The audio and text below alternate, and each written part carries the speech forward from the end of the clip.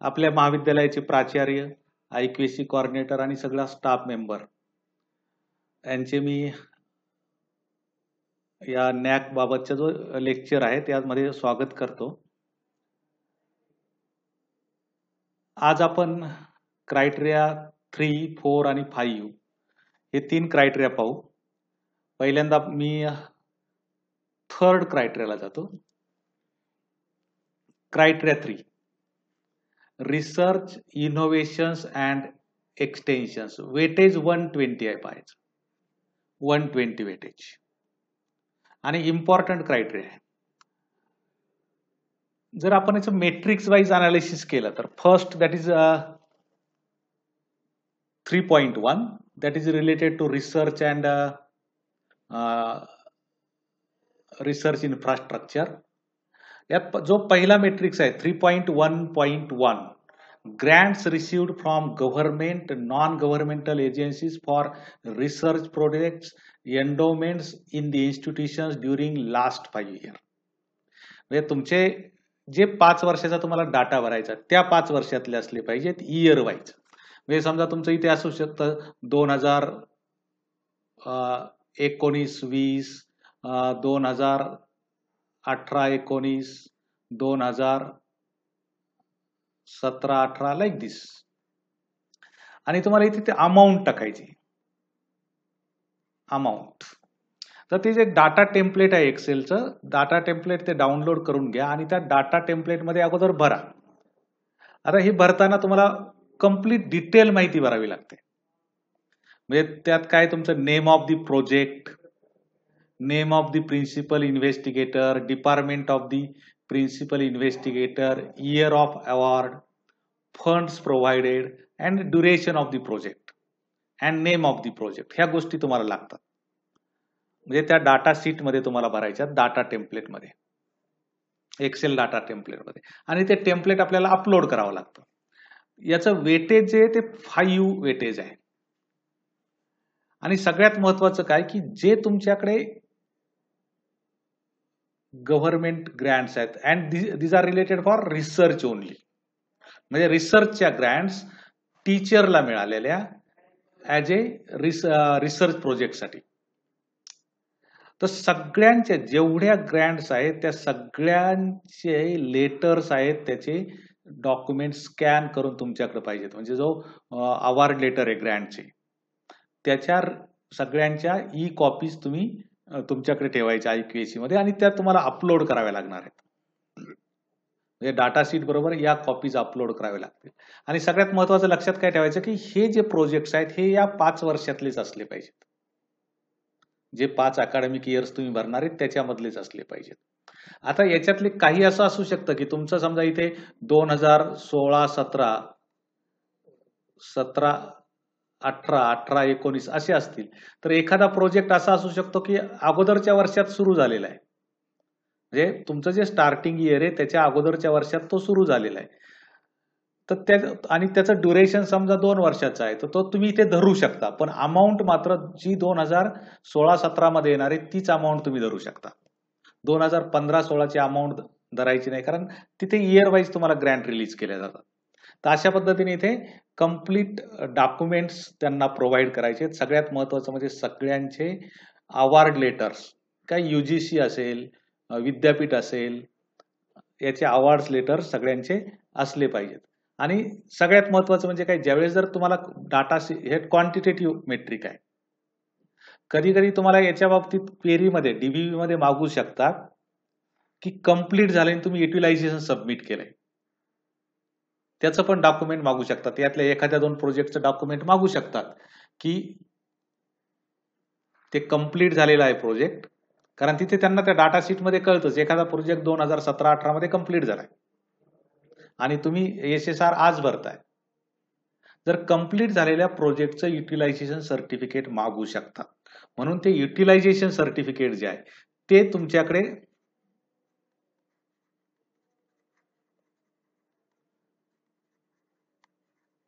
Submit केलेलं ते तुमच्याकडे त्याच्या कॉपीज असल्या पाहिजे. ते IQAC मध्ये हे सगळं थर्ड क्रायटेरिया ज्यांच्याकडे आहे त्यांनी याचं रेकॉर्ड एकदम व्यवस्थित बनवायचं. आणि सगळ्या कॉपीज मात्र स्कॅन करून ठेवायच्याच. नेक्स्ट वन आहे percentage of departments having research projects funded by government and non government agency during last 5 years. आता काय असतं की हा जो 3.1.1 मेट्रिक आहे आणि हा 3.1.2 मेट्रिक आहे, यांचा जो डाटा टेम्पलेट आहे दॅट इज सेम. म्हणजे तिथे जो डाटा टेम्पलेट आहे तोच डाटा टेम्पलेट इथे येतो. आणि इथे कसं आहे डिपार्टमेंट वाईज, म्हणजे तुमचे कोणते कोणते डिपार्टमेंट्स आहेत त्या डिपार्टमेंट वाईज तुम्हाला पर इयर ग्रँट काय मिळालेली आहे त्याची अमाऊंट इथे येणार आहे. इथे ऍक्च्युली इथे टोटल असेल सगळ्या डिपार्टमेंटची मिळून, फर्स्ट इयर मध्ये, सेकंड इयर मध्ये, थर्ड इयर मध्ये, फोर्थ इयर मध्ये. तर दोघांचं डाटा टेम्पलेट एकच आहे, त्यामुळे एकच डाटा टेम्पलेट भरायचे आणि अमाऊंट त्याप्रमाणे तिथे भरायची. तुमचं ते ज्यावेळेस तुम्ही SSR भरताल त्यावेळेस तुमच्याबरोबर लक्षात येतं की डाटा टेम्पलेट आपल्याला अपलोड करायचं आणि जी टोटल अमाऊंट आली ती तिथे भरायची असते. तिथे भरायला ह्या विंडो ओपन असतात. Next one, number of seminars, conferences, workshops conducted by the institution during the last 5 years. मग तुमचे जे 5 वर्षे, year first, year second, year third, fourth आणि फिफ्थ म्हणजे लास्ट इयर, म्हणजे आता तुम्ही करंट इयर मध्ये आहात. आता जे आज डाटा भरतायत, म्हणजे आज डिसेंबर आहे त्यामुळे 2021 येणार नाहीये, तुमचा 1920 हा लास्ट इयर असणार आहे. तिथपर्यंतचा डाटा, तिथून मागचे 5 वर्षाचा डाटा तुम्हाला भरायचा इथे. आणि प्रत्येक वर्षी जे डाटा टेम्पलेट आहे त्यातले प्रत्येक इयर वाईज भरायचे सिरियली डाटा टेम्पलेट मध्ये एक्सेलच्या. तो डाटा टेम्पलेट आत्ताच डाउनलोड करून ठेवा आणि त्याप्रमाणे भरून ठेवा. त्यात तुम्हाला काय काय लागणार आहे, name of the workshop, number of participations, date कधीपासून कधीपर्यंत घेतलं, 1 दिवसाचं असू शकतं, 2 दिवसाचं असू शकतं, 3 दिवसाचं असू शकतं. नंतर सगळ्यात महत्वाचं म्हणजे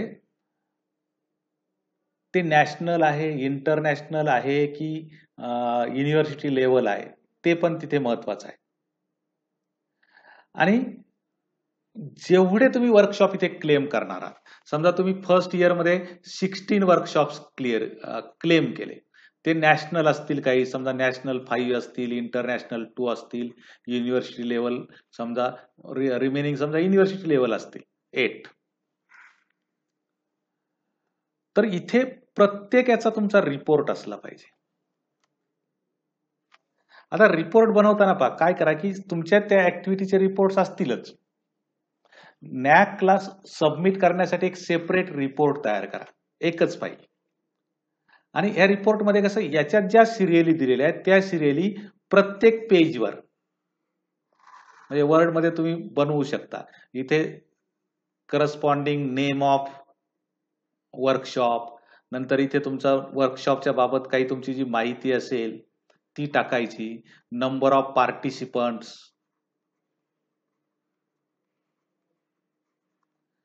आणि सगळ्यात महत्वाचं म्हणजे त्याचे फोटोग्राफ्स असतील, आणि न्यूज कटिंग असतील, ते त्या रिपोर्ट मध्ये तयार करा. आता तुमचा ऍक्च्युअल रिपोर्ट खूप मोठा असू शकतो एखाद्या इव्हेंटचा, इथे नॅकला सबमिट करायला जे तुम्हाला डाटा रिपोर्ट अपलोड करायचे तिथे सगळेचे सगळे 5-10 पेजेस, 3 पेजेस रिपोर्ट असेल, सगळ्याचे सगळं अपलोड करायची गरज नाही. त्याचा ब्रीफ एक रिपोर्ट तयार करा प्रत्येक इव्हेंटचा, ते सिरियली लावून घ्या. म्हणजे एक वर्ड फाईल करायची, एका पेजवर एकच रिपोर्ट येईल, असे तुमचे 15 असतील, 16 असतील, ते सिरियली लावून घ्या व्यवस्थित नंबर वाईज.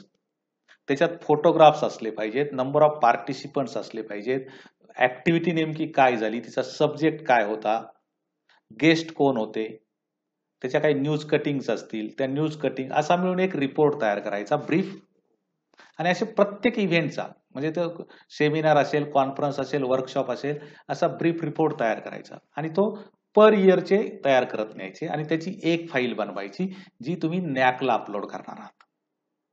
पण करस्पॉन्डिंग डॉक्युमेंट्स मात्र तुमच्याकडे असले पाहिजेत, ते इयर वाईज लावलेले.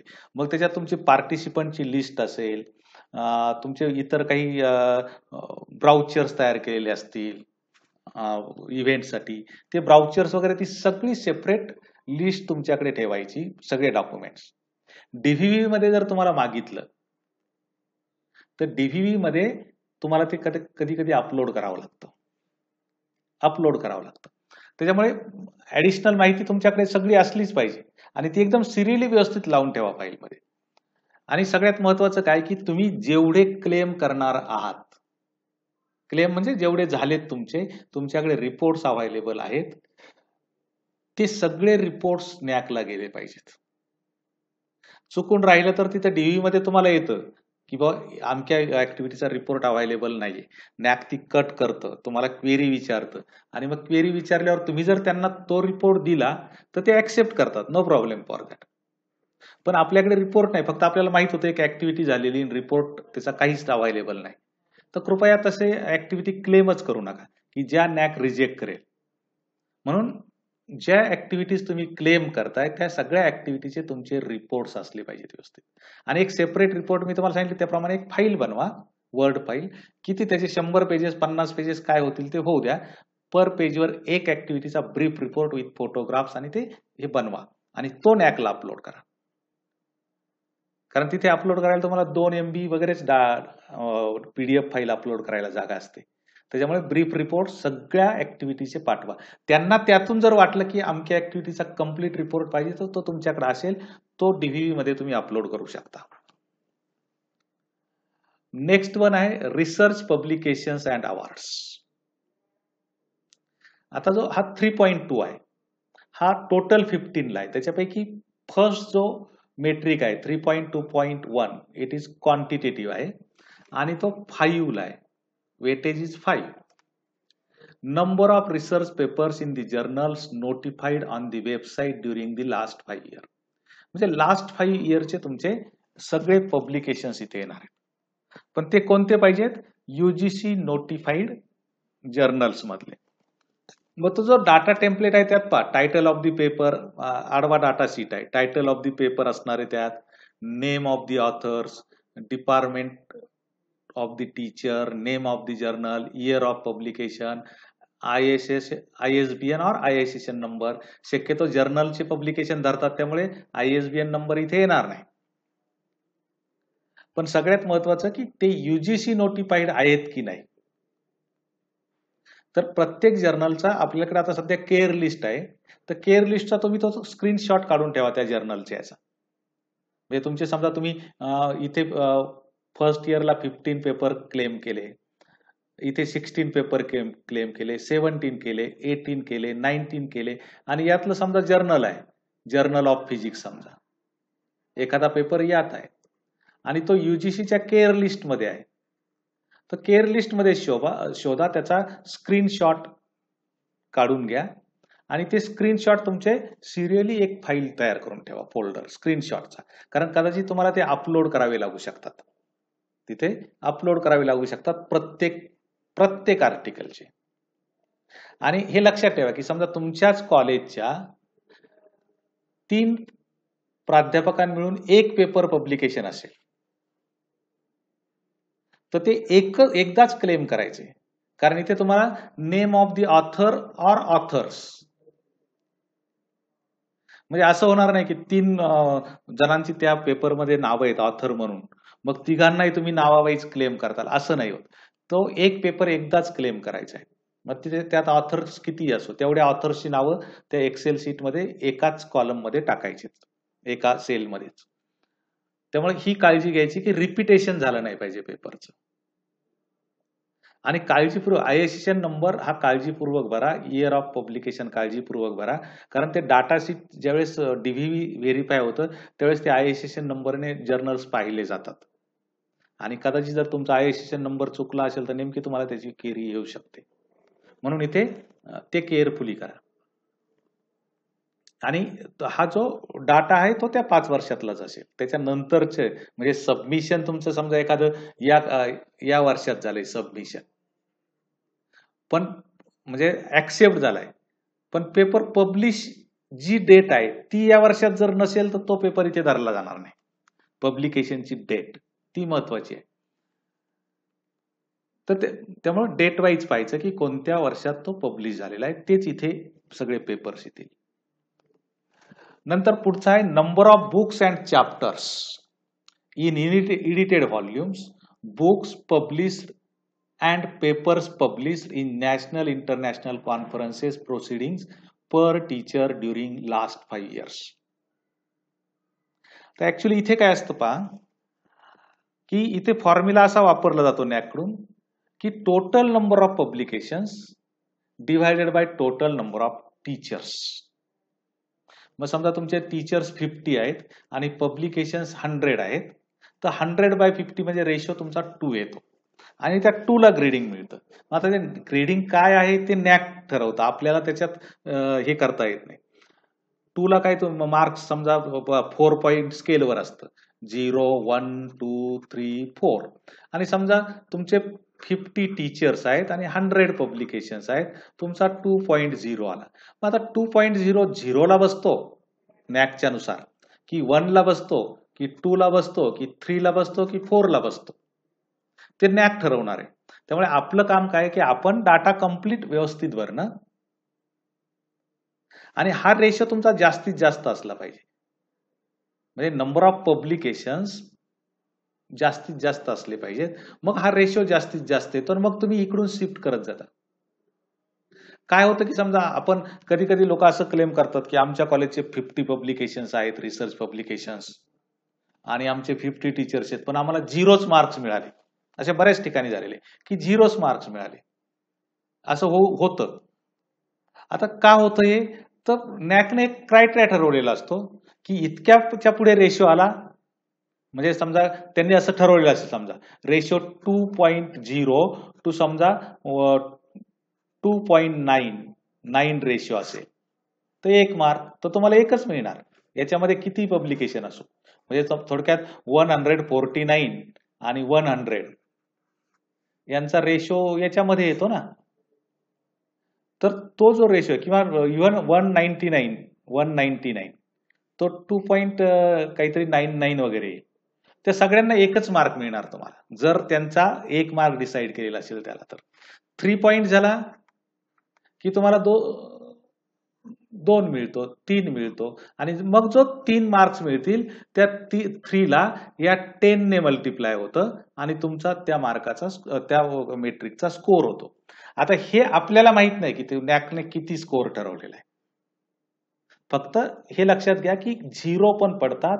कशामुळे पडतात की त्या समजा त्यांनी जर 2 ठरवलेलं असेल मिनिमम, तर 2च्या खाली 1.99 असेल, म्हणजे थोडक्यात तुमचे पब्लिकेशन 49 असतील आणि टीचर 50 असतील, तर तुम्हाला एकही मार्क्स मिळत नाही. आपण काय म्हणतो, कारण तो त्यांच्या 2 लेस आहे.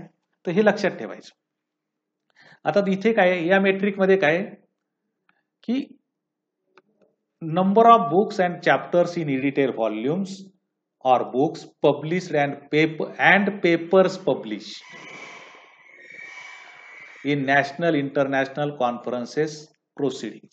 तर इथे पहिला भाग कोणता आहे की एडिटेड व्हॉल्युम्स असतील, त्याच्यात जर चॅप्टर कोणी पब्लिश केलेला असेल तुमच्या टीचर पैकी, मग 1 चॅप्टर असेल, 2 चॅप्टर असेल, तर त्या डाटा टेम्पलेट नुसार त्या बुकचं नाव, ऑथरचं नाव, चॅप्टरचं नाव, पब्लिशर आणि त्याचा ISBN किंवा ISSN नंबर,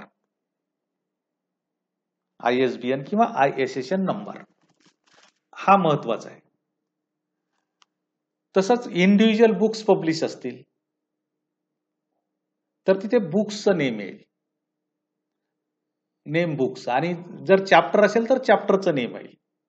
पब्लिशर पण महत्वाचं आहे, इयर ऑफ पब्लिकेशन महत्वाचं आहे, टायटल बुकचं महत्वाचं आहे. ह्या सगळ्या गोष्टी झाल्या ह्या बुक्सच्या बाबतीत. दुसरं म्हणजे नॅशनल आणि इंटरनॅशनल कॉन्फरन्स प्रोसिडिंग्स. आता प्रोसिडिंग बरेच नॅशनल आणि इंटरनॅशनल कॉन्फरन्सच्या, आणि इथे नॅशनल आणि इंटरनॅशनलच कन्सिडर केल्या जातात फक्त. स्टेट लेवल, युनिव्हर्सिटी लेवल कॉन्फरन्सचं प्रोसिडिंग इथे ऍक्सेप्ट केलं जात नाही, हे लक्षात ठेवायचं. मग जे प्रोसिडिंग्स पब्लिश केलेले आहेत त्या प्रोसिडिंगला ISBN नंबर असला पाहिजे. मग तिथे पण परत तुमचा name of teacher, title of the paper, कॉन्फरन्सचं नाव जे असेल ते कॉन्फरन्सचं नेम येईल, काय टायटल असेल कॉन्फरन्सचा तो येईल, म्हणजे title of the proceeding of the conference तो येईल. नॅशनल आहे की इंटरनॅशनल आहे ते पण तुमचं येईल. आणि त्याचा ISBN नंबर येईल आणि इयर ऑफ पब्लिकेशन म्हणजे कोणत्या वर्षात पब्लिश झाले हे येईल. आता पहा, काही नॅशनल इंटरनॅशनल कॉन्फरन्सेसचे जे पेपर्स आहेत ते जर्नल्स मध्ये पब्लिश करतात. त्याला ISSN नंबर पण असतो. आता इथे पाठीमागे जे आपण काय म्हणतो की माझा पेपर अमक्या जर्नल मध्ये झाला, पण तो जो UGC नोटिफाईड नसेल, म्हणजे तुम्ही कॉन्फरन्स मध्ये पेपर प्रेझेंट केला, तो पेपर त्या कॉन्फरन्स ज्यांनी अरेंज केली त्यांनी जर्नल मध्ये पब्लिश केला असेल आणि ते जर्नल जर UGC नोटिफाईड नसेल तर तो पेपर तुम्ही इथे क्लेम करू शकता. कारण त्या जे जर्नलचं पब्लिकेशन असतं ते इश्यू स्पेशल काढतात, त्याच्यात तुमच्या कॉन्फरन्सचं नाव दिलेलं असतं त्यांनी, special issue for this conference. तो इथे तुम्ही क्लेम करू शकता. आणि इथे पहा, इथे वेटेज याला 10 आहे, म्हणजे ऍफिलिएटेड कॉलेजला याला वेटेज जास्त आहे आणि रिसर्च पब्लिकेशनला वेटेज कमी आहे, हे लक्षात ठेवा. त्यामुळे इथे तुमचं जास्तीत जास्त आलं तर तुम्हाला जास्तीत जास्त वेटेज मिळेल. आता इथे केअर काय घ्यायची पहा, जर तुमच्या टीचर्सने बुक्स किंवा चॅप्टर्स इन बुक्स पब्लिश केलेले असतील तर टीचर्सकडून तुम्हाला डाटा काय काय पाहिजे. समजा मी आहे, मी 5 पुस्तकं पब्लिश केलेत, बुक्स पब्लिश केलेत. कव्हर पेज ची स्कॅन कॉपी, टायटल पेजची स्कॅन कॉपी, ज्या पेजवर ISBN नंबर असतो ती कॉपी म्हणजे स्कॅन करून घ्यायची. कंटेंट त्या बुक्सची असेल ती स्कॅन करून घ्यायची. प्लस जर चॅप्टर तुमचा पब्लिश असेल, एखादा चॅप्टर असेल तर ते चॅप्टरचं फर्स्ट पेज तुम्ही घेतलं तरी चालू शकतं, पण ज्याचं कम्प्लीट बुक आहे तेच बुक स्कॅन करून घ्यायची गरज नाही. आणि हे तुम्ही व्यवस्थित लावून ठेवायचे, एक फोल्डरच करायचा की books and chapters in books or in edited volumes. आणि प्रत्येकाचं एक फाईल असेल. प्रत्येक समजा मी टीचर आहे, मी एक बुक पब्लिश केले, त्याचं कव्हर पेजची स्कॅन कॉपी, टायटल पेजची स्कॅन कॉपी, ज्याच्यावर ISBN नंबर आहे त्याची स्कॅन कॉपी आणि कंटेंट, हे कॉपीज सगळे. आणि तुम्ही जेवढे क्लेम करणार आहात तेवढ्यांची तुम्ही स्कॅन कॉपी करून घ्यायची, म्हणजे या प्रत्येक इयरची, इयर वाईज. तर जे ह्या स्कॅन कॉपीज आहेत, आता काय होतं की समजा तुमच्याकडे 15 बुक्स असतील, 16 असतील, 18 असतील, 19 असतील, 20 असतील, काय असतील. आता कदाचित डाटा टेम्पलेटमध्ये तुम्ही हे सगळे भरलेलं असेल, एक्सेलच्या डाटा टेम्पलेटमध्ये कम्प्लीट माहिती. आता त्याला जी PDF अपलोड करावी लागते स्कॅन कॉपीची. आता हे लावताना PDF मध्ये मगाशी मी जसं सांगितलं की तुम्ही सिरियली एक वर्ड फाईल बनवायची, त्याच्यात हे सिरियली टाकायचे. डाटा शीट मध्ये ज्या सिरियली तुम्ही डाटा भरलेला आहे त्याच सिरियली वर्ड मध्ये ही कॉपी तयार करायची, स्कॅन कॉपीज त्यात टाकून, आणि मग त्याची फायनल एक PDF बनवायची आणि ती अपलोड करायची. आता समजा तुमचं जर हे खूप मोठी फाईल होत असेल तर तुम्ही यातल्या काही अपलोड केल्या तरी चालतात फर्स्ट, पण DVV मध्ये तुम्हाला मागू शकतात बाकीचे, त्यावेळेस तुम्हाला ते त्यांना पाठवता आल्या पाहिजे. DVVच्या वेळेस तुम्हाला 5 MB स्पेस अवेलेबल असते एका PDF ला, त्यामुळे तुम्ही जास्त डाटा देऊ शकता. आणि लक्षात ठेवा की इथे जे क्लेम करताय, कधी कधी काय होतं की अचानक DVV मध्ये एक 4 तुमच्या एवढे पुस्तके किंवा कॉन्फरन्स प्रोसिडिंग तुम्ही क्लेम केलेले आहेत पर इयर, यातले स्पेसिफिक नावं घेतात ते आणि ते तुम्हाला तेवढे मागतात. 5 पुस्तकांची मागतील किंवा 10 पुस्तकांची मागतील, DVV मध्ये मागतात ते. मग ते कव्हर पेज मागतात, टायटल पेज मागतात, पुढे कंटेंट मागतात त्याचं. तर ते तुमच्याकडे अवेलेबलच असलं पाहिजे डाटा. त्यामुळे ऐन वेळेस गोळा करायची गरज नाही. आणि डाटा भरतानाच पहिली एक केअर घ्यायची, मी पहिल्यापासून एक सांगतो की ज्यावेळेस तुम्ही एक्सेल डाटा टेम्पलेट भरणार आहात आणि ते अपलोड करणार आहात त्यापूर्वी तुमच्याकडे सगळे डॉक्युमेंट्स तयार असले पाहिजेत. डाटा अपलोड केल्यानंतर डॉक्युमेंट्स तयार करायला सुरुवात नका करू. त्यामुळे अगोदर तुम्ही सगळं इयर वाईज डाटा कंप्लीट करून घ्या आणि मगच SSR भरायला भरा. तर या पद्धतीने तुम्ही त्याची काळजी घ्या. त्याच्या पुढचा आहे एक्सटेन्शन ऍक्टिव्हिटीज. आता हा 3.3 आहे की इंडिकेटर आणि हा 60 आहे. 60 टोटल 60 आणि त्याच्यातला जो पहिला मेट्रिक आहे 3.3.1 extension activities are carried out in the neighbourhood community sensitizing students to social issues for their holistic development and impact thereof during the last 5 years. आता हा ऍक्च्युली क्वालिटेटिव्ह आहे. हा तुमचा जो आहे क्वालिटेटिव्ह मॅट्रिक्स आहे. मेट्रिक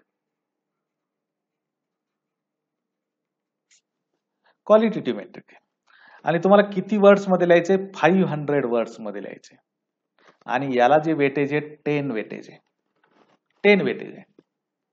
पण आता हा 500 तुम्हाला डायरेक्ट तिथे भरायचा आहे. ज्यावेळेस तुम्ही SSR भरायला सुरुवात करता त्यावेळेस तिथे विंडो असते. विंडोमध्ये तुम्हाला 500 वर्ड्स मध्ये ते भरायचे लिहायचे. ते ऍक्च्युली तुम्ही उत्तर अगोदर तयार करून ठेवू शकता. इथून उचलून कॉपी पेस्ट तिथे करू शकता. पण याला जी ऍडिशनल इन्फॉर्मेशन तुम्हाला द्यायची तर ती काय असली पाहिजे की तुमचे ज्या एक्सटेन्शन ऍक्टिव्हिटीज कॅरी आउट केल्यात त्यांचे रिपोर्ट्स असले पाहिजेत. रिपोर्ट्स मगाशी मी तुम्हाला सांगितलं की तुमची रिपोर्ट्स बनवताना काय करणार तुमचं टायटल ऑफ ऍक्टिव्हिटी त्याच्यात प्रोग्राम्स काय घेतले त्या ऍक्टिव्हिटीमध्ये काय प्रोग्राम्स ऍक्च्युअल प्रोग्राम्स घेतला त्याचे फोटोग्राफ्स नंतर काही न्यूज पेपर कटिंग असेल हे सगळं एक रिपोर्ट छोटासा प्रत्येक ऍक्टिव्हिटीचा करायचा. मेन तुमच्याकडे सगळं असेल आणि नंबर ऑफ स्टुडंट्स मग या रिपोर्टमध्ये ते मेन्शन असलं पाहिजे की किती स्टुडंट्सने त्यात भाग घेतलाय नंबर ऑफ टीचर्स त्यात किती टीचर्सने भाग घेतलेला आहे आणि ही ऍक्टिव्हिटी कोणासाठी केलेली आहे याचे प्रत्येक ऍक्टिव्हिटीचे रिपोर्ट. तर एक रिपोर्ट प्रत्येक ऍक्टिव्हिटीचे तयार करायचे तुमच्या 50 असतील 100 असतील 200 असतील काय ऍक्टिव्हिटी असतील त्यांचे रिपोर्ट्स एकदा तयार करून ठेवायचे आणि मग त्या रिपोर्ट्स वरून ऍक्टिव्हिटी तुम्ही बायफर्गेट करायच्या की कोणकोणते सोशल इश्यूज आहेत. मग समजा एन्व्हायरमेंटल रिलेटेड इश्यूज आहेत sensitization of students to environmental issues. मग एन्व्हायरमेंटल रिलेटेड तुमच्या ऍक्टिव्हिटी किती झाल्यात समजा 5 ऍक्टिव्हिटी असतील तर त्या 5 ऍक्टिव्हिटीचा एकत्र विचार करून तेवढे काय असतील 100-150 शब्दात एन्व्हायरमेंटल रिलेटेड लिहा. दुसरे सोशल इश्यूज असतील त्याच्या रिलेटेड काही ऍक्टिव्हिटी असतील त्या ऍक्टिव्हिटी एकत्र करा एका खाली आणि त्या ऍक्टिव्हिटी पाहून मग त्याच्यावर काही लिहा. तर असे स्पेसिफिक हे उत्तर वाचताना दिसलं पाहिजे की यांच्याकडे जेंडर सेन्सिटायझेशनच्या ऍक्टिव्हिटीज आहेत एन्व्हायरमेंटल रिलेटेड ऍक्टिव्हिटी जिथे घेतात. आपल्याकडे रस्ता सुरक्षा अभियान असतं रस्ता सुरक्षा अभियानच्या यांच्याकडे ऍक्टिव्हिटीज आहेत. काही इतर सिटिझनशिप रिलेटेड असतील निवडणूक विषयक काही अवेअरनेस प्रोग्राम्स असतात निवडणुकीच्या काळातले मतदान जागृती अभियान आपण म्हणतो. तर हा 500 शब्दाचं उत्तर वाचताना त्यांना कळलं पाहिजे की यांच्याकडे या एक्सटेन्शन ऍक्टिव्हिटी त्यामुळे सरमिसळ नाही करायची ऍक्टिव्हिटीची. पहिल्या 3-4 ओळी तुमच्या एन्व्हायरमेंटलच्या असतील दुसऱ्या 3-4 ओळी तुमच्या रस्ता सुरक्षा असेल नंतर वोटर अवेअरनेस असेल ज्या काही तुमच्या ऍक्टिव्हिटी असतील त्या कशा क्लिअरली त्यात मेन्शन होत गेल्या पाहिजेत आणि त्याचे करस्पॉन्डिंग रिपोर्ट्स असले पाहिजेत कारण हे रिपोर्ट्स तुम्हाला तिथे अपलोड करायचे. त्यामुळे तुमची लिस्ट ऑफ ऍक्टिव्हिटीज त्यांचे रिपोर्ट्स हे सगळ्यात महत्वाचं आहे आणि on the basis of that तुम्हाला हा भरायचा आहे. आता इथे काय नंतरचा काय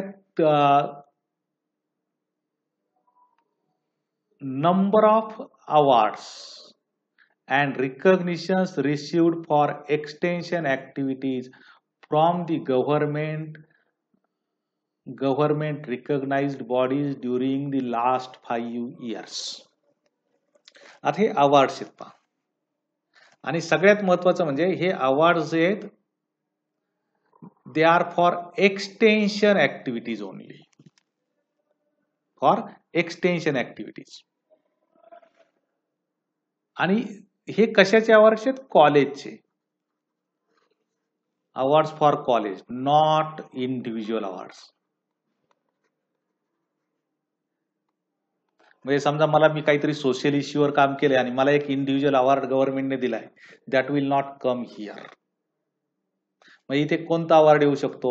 समजा NSS ला तुम्हाला युनिव्हर्सिटीचा हे मिळालाय अवॉर्ड, किंवा स्टुडंट वेलफेअरचा अवॉर्ड मिळालाय, स्टेट गव्हर्नमेंटचा अवॉर्ड मिळालाय कॉलेजला, किंवा कॉलेज गव्हर्नमेंट रिकॉग्नाइज बॉडीज असतील, समजा रेल्वे असे अवॉर्ड देते, काही क्लिनिंगच्या रिलेटेड वगैरे अवॉर्ड देतात, ते अवॉर्ड्स इथे येतील, गव्हर्नमेंट रिकॉग्नाइज्ड बॉडीज. कॉर्पोरेशन्स असतील, कॉर्पोरेशनने समजा तुम्हाला एक्सटेन्शन ऍक्टिव्हिटी रिलेटेड काही अवॉर्ड दिला असेल तर तो अवॉर्ड इथे येईल. आणि तो डाटा टेम्पलेटमध्ये कम्प्लीट त्याची माहिती तुम्हाला भरायची, का हा अवॉर्डचं नेम, कोणत्या वर्षी मिळाला, कोणत्या ऍक्टिव्हिटीसाठी मिळाला, कोणी दिला, whether it is government recognised or not, किंवा गव्हर्नमेंटचा आहे, ते तिथे मेन्शन करायचे तुम्हाला इयर वाईज. आणि हे पाक इथे मेन्शन करताना कुठेतरी काहीतरी एखादी संघटना असते किंवा एखादी काहीतरी मंडळ असतं, मंडळाने तुम्हाला अवॉर्ड दिला, गणेश मंडळ देतात कधी कधी असे अवॉर्ड, तर ते इथे अजिबात टाकू नका, ते धरत नाहीत. म्हणजे तिथे कुठेतरी तुमच्या तालुक्यात किंवा आसपासच्या एखादं कोणाचं मित्रमंडळ आहे, त्यांनी कॉलेजचा प्राचार्यांचा सत्कार करून एक अवॉर्ड दिलाय, तो इथे धरत नाहीत.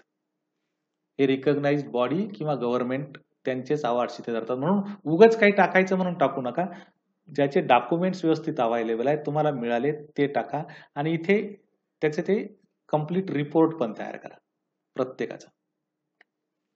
नंतर पुढे number of extension and outreach programmes conducted by the institution through NSS, NCC, red cross, YRC, including programs such as Swachh Bharat, AIDS awareness, gender issues, are those recognized in collaboration with industry, community and NGOs. बरेच आपण with NGO असतील किंवा काही community organisation असतील, with त्यांच्याबरोबर आपण काही programme हे करतो, ते प्रोग्राम पण इथे येतील. आता हे लक्षात ठेवा की हा जो 3.3.1 आहे, इथे 500 वर्ड्स मध्ये लिहिताय तुम्ही, इथे जे ऍक्टिव्हिटीज त्या ऍक्टिव्हिटी सुद्धा इथे येतात, कारण इथे तुम्हाला क्वालिटेटिव्ह आहे, तुमचा इम्पॅक्ट इथे पाहतात ते, आणि इथे तुमचं पार्टिसिपेशन पाहतायत ते. कारण इथे तुम्हाला रिपोर्ट तर आहेच ऍक्टिव्हिटीचे, प्लस किती स्टुडंटने त्यात पार्टिसिपेशन केलं, हे सगळ्यात महत्वाचं इथे. हा नंबर म्हणजे तुमचे नंबर ऑफ स्टुडंट्स. त्याच्यामुळे तुम्हाला काय अपलोड करायचे, डाटा टेम्पलेट तर भरायचंय, name and number of the extension and outreach programmes, name of the collaborating agency, non government आहे की गव्हर्नमेंट आहे, ते तुम्हाला ते कोलॅबरेटिंग एजन्सी ती तिथे टाकायची. त्याच्यामुळे ज्यावेळेस तुम्ही क्लेम करता एखादी ऍक्टिव्हिटी की ही ऍक्टिव्हिटी, समजा जेंडर इश्यू रिलेटेड एखादी ऍक्टिव्हिटी तुम्ही अरेंज केली, तर मग विथ कोणाच्या कोलॅबरेशन मध्ये केली. कधी कधी आपल्याकडे पोलीस डिपार्टमेंट सुद्धा कॉलेजमध्ये जेंडर रिलेटेड ऍक्टिव्हिटीज घेतात, जेंडर सेन्सिटायझेशनसाठी. ती ऍक्टिव्हिटी तुम्ही इथे क्लेम करू शकता. मग त्याला तुमचे ते पोलीस डिपार्टमेंट जे असेल ते करस्पॉन्डिंग तुमची कोलॅबरेटिंग एजन्सी असेल. पण हे करताना तुमच्याकडे त्याचे डॉक्युमेंट्स असले पाहिजेत, फोटोग्राफ्स असले पाहिजेत, किती स्टुडंटने त्यात पार्टिसिपेट केलं ते असलं पाहिजे, ती लिस्ट असली पाहिजे. तर ही काळजी इथे घ्यायची, फोटोग्राफ्स असले पाहिजेत. आणि आता हल्ली काय झाले पहा, की हल्ली तुम्हाला जे फोटोग्राफ्स द्यायचे ते फोटोग्राफ्स सगळे तुमचे GPS हे असलेले पाहिजे, त्यांना GPS फोटोग्राफ्स. त्याच्यामुळे ती काळजी घ्या की ते फोटोग्राफ्स येतील तुमचे तसे. आणि इथे तुम्ही मॅक्झिमम ऍक्टिव्हिटीज क्लेम करू शकता if there are records with you. स्टुडंटची लिस्ट कंप्लीट असली पाहिजे. आणि शक्यतो एक गोष्ट लक्षात ठेवा की तेच 150 स्टुडंट NSS चे सगळीकडे नाही दिसले पाहिजेत. म्हणजे एड्स अवेअरनेस प्रोग्राम असेल त्याच्यात भाग घेतलेले विद्यार्थी, स्वच्छ भारतमध्ये भाग घेतलेले विद्यार्थी, जेंडर इश्यूज रिलेटेड भाग घेतलेले विद्यार्थी, हे जर एकच असतील तर परत तो प्रॉब्लेम निर्माण होतो की तुमचे ज्यावेळेस total number of students calculate होतात त्यावेळेस डबल काउंटिंग नाही होत. म्हणून हे लक्षात ठेवायचं की तुमचे विद्यार्थी वेगवेगळे असले पाहिजेत. त्या पद्धतीनेच तुम्ही लिस्ट विद्यार्थ्यांचं तयार करा. कारण त्या इश्यूचं इथे येतं बा, याच्यात तो average percentage of students participating in extension activities at 3.3.3 म्हणजे इथे तुमच्या त्या ऍक्टिव्हिटीज येतील. म्हणजे इयर फर्स्ट मध्ये समजा तुम्ही 15 ऍक्टिव्हिटीज घेतल्यात, मग इथे फर्स्ट इयर मध्ये 15 घेतल्यात, सेकंड इयर मध्ये 17 घेतल्यात, थर्ड इयर मध्ये 18 घेतल्यात, असे इथे तुमच्या ऍक्टिव्हिटीज येतील. सगळ्या नंबर आहेत ते डाटा टेम्पलेटमध्ये त्या ऍक्टिव्हिटीची इन्फॉर्मेशन तुम्ही भरलेली, त्याचे रिपोर्ट्स अपलोड केलेत PDF फाईल. आणि त्या ज्या ऍक्टिव्हिटी तिथे आल्यात त्याच्यात नंबर ऑफ स्टुडंट्सने किती पार्टिसिपेट केले सगळ्या ऍक्टिव्हिटी मिळून. म्हणजे इयर फर्स्ट मध्ये समजा तुमच्या 2212 मुलांनी पार्टिसिपेट केले आउट ऑफ 5000 सपोज. तर ही तुमची लिस्ट असली पाहिजे मुलांची प्रत्येक ऍक्टिव्हिटी वाईज, आणि अटेस्टेड लिस्ट असली पाहिजे. तशीच number of teachers participating in such activities. त्यामुळे तुमची अटेस्टेड लिस्ट तयार करून ठेवा. आणि लिस्ट तयार करताना मी मागास सांगितलं की 2212 तुम्ही विद्यार्थी क्लेम करताय, पण त्याच्यात जर 200 विद्यार्थी रिपीट होत असतील प्रत्येक ऍक्टिव्हिटीमध्ये तर मग ते 200च पकडले जातील. ते काही 5 ऍक्टिव्हिटीमध्ये तेच 200 आले तर मग ते 1000 पकडले जात नाही, ते 200च पकडले जातात. त्यामुळे तुम्हाला ज्यावेळेस जर वाटत असेल की आपले विद्यार्थी जास्त पार्टिसिपेट केले, तुम्ही तेच परत परत नका करू, राहिलेले विद्यार्थी दुसऱ्या ऍक्टिव्हिटीमध्ये दाखवा लिस्ट देताना. टोटल तुम्ही 500 स्टुडंट दाखवले, पण लिस्ट देताना 300 स्टुडंटचीच द्या की जी अगोदरच्या ऍक्टिव्हिटीमध्ये शक्यतो नाहीयेत. ही काळजी घ्या लिस्ट देताना. नंतर collaboration. The institution has several collaborations, linkages for faculty exchange, student exchange, internship, field trip, on-the-job training, research, etc. during the last 5 years. तर इथे जे तुमचे जे लिंकेजेस आहेत, नंबर ऑफ लिंकेजेस, मग फर्स्ट इयर मध्ये किती झाले, तुमचे सेकंड इयर मध्ये किती झाले, थर्ड इयर मध्ये किती झाले, फोर्थ आणि फिफ्थ मध्ये किती असतील तुमचे, 5 असतील, 2 असतील, 4 असतील, 6 असतील, 8 असतील. आता ते फॉर्म्युल्यानुसार ते NAAC कॅल्क्युलेट करतं आणि तुम्हाला त्याच्यानुसार इथे वेटेज मिळतं.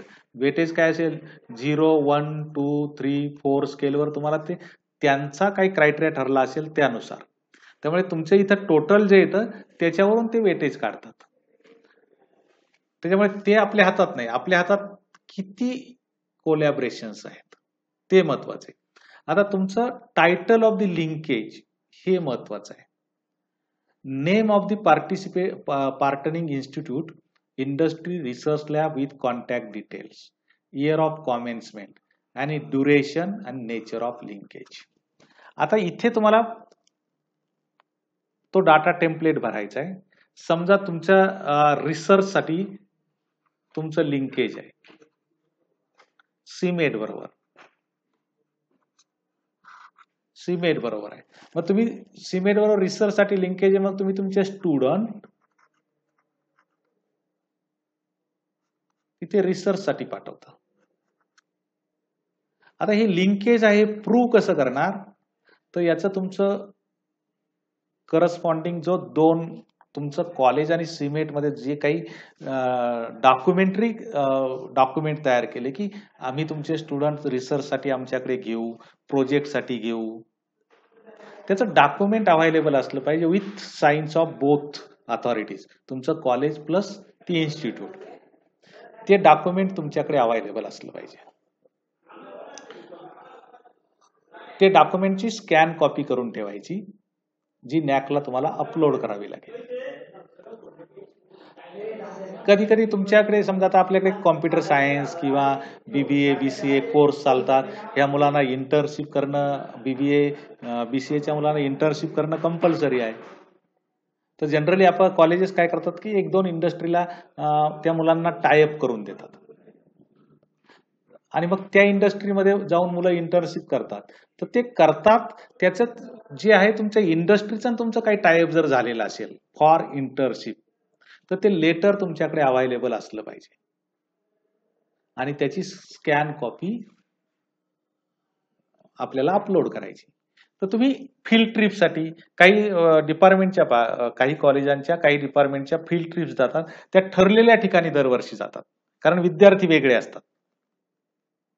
समजा TY-BSc ची फील्ड ट्रिप बॉटनीची एखाद्या बॉटॅनिकल गार्डनला भेट द्यायला जाते किंवा एखाद्या इंडस्ट्रीला भेट द्यायला जाते, बॉटॅनिकल इंडस्ट्री असेल काही, दरवर्षी ती ट्रिप तिथेच जाते.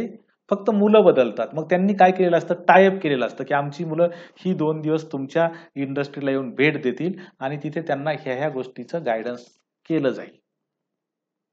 तर तो टायअपचं डॉक्युमेंट आवश्यक आहे, कारण नॅकला हे डॉक्युमेंट्स लागतात. आता इंटर्नशिपचं जर तुम्ही क्लेम करत असाल, इंटर्नशिप एखाद्या इंडस्ट्रीची, तर त्या मुलांना इंटर्नशिप ऍक्च्युअली मिळाली की नाही हे पण सगळ्यात महत्वाचं आहे. कारण ते सुद्धा मागू शकतात डॉक्युमेंट की तुम्ही इंटर्नशिप अमक्या कंपनी बरोबर आहे, मग किती मुलांना इंटर्नशिप मिळाली त्याचे डॉक्युमेंट प्रोव्हाइड करा, असं DV मध्ये विचारू शकतात. तर ते डॉक्युमेंट्स पण अवेलेबल करून ठेवा. तर अशा पद्धतीने हा डॉक्युमेंटरी इव्हिडन्स हा सगळ्यात महत्वाचा आहे क्वांटिटेटिव्ह डाटासाठी. तुम्ही जेवढे क्लेम करणार आहात तेवढे डॉक्युमेंट्स तुमच्याकडे अवेलेबल असलेच पाहिजेत. हा, अपलोड कदाचित त्याच्यापेक्षा तुम्ही कमी केले असतील, कारण तिथे 2 MB स्पेस अवेलेबल असल्यामुळे सगळे डॉक्युमेंट स्कॅन केलेले कधी कधी बसत नाही, तर PDF ची साईज कमी करून सुद्धा त्यावेळेस मग प्रॉब्लेम येतो. मग तुम्ही एक निम्म्याच याचं अपलोड केलंय, निम्मे तुमच्याकडे असले पाहिजेत, कारण DV मध्ये ते मागू शकतात. त्यांना जर वाटलं की यांनी क्लेम केलं यात काहीतरी प्रॉब्लेम दिसतोय, ते लगेच तुम्हाला मागू शकतात की अमक्या याचे डॉक्युमेंट्स आम्हाला प्रोव्हाइड करा. त्यावेळेस 5 MB स्पेस अवेलेबल असते, त्यामुळे तुम्ही जास्त डॉक्युमेंट्स अपलोड करू शकता. म्हणून जेवढ्या क्लेम करणार आहात तेवढे तुमचे असले पाहिजेत. पुढचा, number of functional MOUs with national and international institutions, universities, industries, corporate houses, etc. during the last 5 years. गेल्या 5 वर्षातलेच इथे पाहिजेत त्यांना. त्याच्या अगोदरचा MOU जर असेल तर तो इथे चालत नाही. लास्ट 5 इयर्स मध्ये जे MOU झालेले आहेत ते इथे अवेलेबल आहे. इथे मात्र तुमचे कोलॅबरेशन जे आहेत ते चालू शकतात, फक्त या वर्षात मुलं गेलेली असली पाहिजेत, तिथे एक्सचेंज झालेलं असलं पाहिजे, इथे एक्सचेंज झालेलं असलं पाहिजे त्या वर्षात. पण इथे मात्र त्या 5 वर्षातलेच MOUs असले पाहिजे. आता मगाशी सांगितलं त्याचप्रमाणे तुमचा MOUचा काही एखादा फॉर्मॅट असेल, त्या फॉर्मॅटनुसार तुमचे MOU झालेले असले पाहिजे, त्याच्यावर साईन असली पाहिजे, बॉन्ड पेपरवर केलेले असतील तर ते सगळ्यात उत्तम MOUs. आणि एक फॉर्मॅट असला पाहिजे MOUचा, कारण तुम्हाला अपलोड करताना तुम्हाला year of signing off MOU, duration म्हणजे कधीपासून कधीपर्यंतचा MOU केलेला आहे. आता समजा एखादा MOU 2016-17 मध्ये केला तुम्ही, इथे MOU केलेला आहे एखादा, पण तो 2 वर्षासाठीच असेल, तर तो पण तुम्ही क्लेम करू शकता. असं काही नाही की तो 5 वर्षासाठीच व्हॅलिड असला पाहिजे. कधी कधी MOU 2 वर्षासाठी असतील, तो त्या कालावधीत फंक्शनल होता. 2016-17 आणि 17-18ला तो फंक्शनल होता आणि तुमचा तो असेसमेंट पिरियड आहे, त्याच्यामुळे तो तुमचा त्या काळातला फंक्शनल MOU आहे. पण तुम्ही एखादा MOU केला आणि त्याच्यावर कोणतीही ऍक्टिव्हिटी झालेलीच नसेल, that MOU is not functional MOU. मग तो उगाच क्लेम करण्यात अर्थ नाही, कारण त्याच्या रिलेटेड जर त्यांनी ऍक्टिव्हिटीचं डॉक्युमेंट मागितलं, कारण इथे तुम्हाला लिस्ट ऑफ ऍक्टिव्हिटीज द्यायच्यात अंडर दी ईच MOU. मग तुम्ही एमओईची लिस्ट आहे तुमची डाटा टेम्पलेटमध्ये आणि तुम्ही त्याला डॉक्युमेंट अपलोड करणार आहात की या एमओईच्या अंडर ह्या ऍक्टिव्हिटी झाल्यात आणि एखाद्या एमओईच्या अंडर ऍक्टिव्हिटीज नसेल तर तो एमओई तुमचा कन्सिडर करत नाही, तो तिथे डिलीट केला जातो आणि त्याप्रमाणे तुमचे ग्रेड हे याच्यावर इफेक्ट होतो ग्रेडवर. म्हणून डॉक्युमेंटरी इव्हिडन्स कम्प्लीट व्यवस्थित तयार करा. हे तुमचे जे आहेत स्कॅन करून व्यवस्थित ठेवा. जेवढे पहिल्यांदा अपलोड करणं शक्य आहे तेवढे अपलोड करा. बाकीचे डीव्हीव्ही मध्ये मागितल्यानंतर डीव्हीव्ही मध्ये द्या. शक्यतो डॉक्युमेंटच असे बनवा की तुम्हाला म्हणजे बरोबर ते मी तुम्हाला सांगितलं की तुमचं समजा एखादं डॉक्युमेंट स्कॅन केलेलं आहे, जेपीजी फाईल तयार करायची. जेपीजी फाईल ती वर्ड मध्ये घ्यायची आणि तिचं थोडं कलर वगैरे कॉम्बिनेशन कमी जास्त करायचं आणि मग ती सेव्ह करायची पीडीएफ. तिची साईज कमी होते पहा. नाहीतर तुम्ही स्कॅनरने स्कॅन केली आणि त्याची पीडीएफ केली, तिची साईज खूप हाय असते. पण तीच जर जेपीईजी स्कॅन केली आणि ती जेपीईजी वर्ड मध्ये पेस्ट केली ऍज ए फोटोग्राफ आणि त्या फोटोग्राफचा आपल्याला वर्ड मध्ये फॅसिलिटी की तुम्ही त्याचा कलर म्हणजे काय कधी कधी तुमचा जो बॅकग्राऊंड कलर असतो त्याला खूप डीपीआय लागतात. मग ते काय होतं की ग्रे बॅकग्राऊंड वगैरे असे येतात तुम्ही स्कॅन केलेल्या कॉपीज मध्ये. तर मग ते जर वर्ड मध्ये टाकलं तर तुम्हाला ते ग्रे बॅकग्राऊंड व्हाईट करता येतं आणि मग त्याची ज्यावेळेस तुम्ही पीडीएफ करताल तिची साईज खूप कमी होते. म्हणून डायरेक्ट स्कॅन करून अपलोड नका करू. स्कॅन करा एमओयूज, ते वर्ड मध्ये टाका आणि मग त्याची पीडीएफ बनवा. तुमची मेमरी एकदम कमी होईल. तर ही पद्धत आहे की डॉक्युमेंट चांगलं बनवायची आणि कमी मेमरीचं डॉक्युमेंट, कारण तुम्हाला 2 MB अवेलेबल स्पेस आहे.